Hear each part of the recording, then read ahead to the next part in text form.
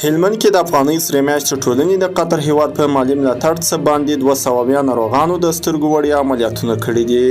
د دې ټولنې مسؤلین وایي د سترګو د عملیاتونه مرکز لښکرګاه ښار او یو شمېر ولسوالیو کې کړي دي.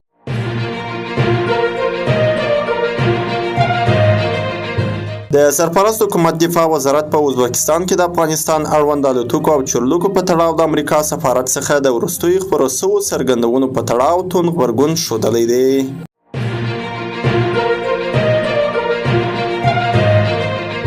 د اقتصادي کمیسیون د تخنیکي کمیټې په نوبتي غونډه کې پریکړه شوې چې د کارګرو شرکتونو مکلف دي ترڅو له 40 کیلوګرام څخه کم او پوستي خدمتونه له 40 کیلوګرام څخه زیات توکي انتقال نه کړي.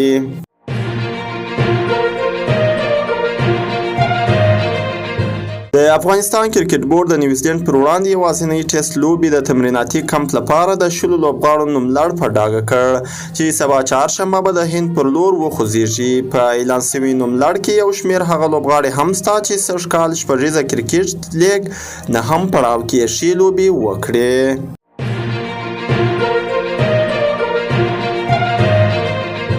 د چین جنوبي برخې به تر چهارشنبې پورې د تودوخې له سختې څپې سره مخامخ شي.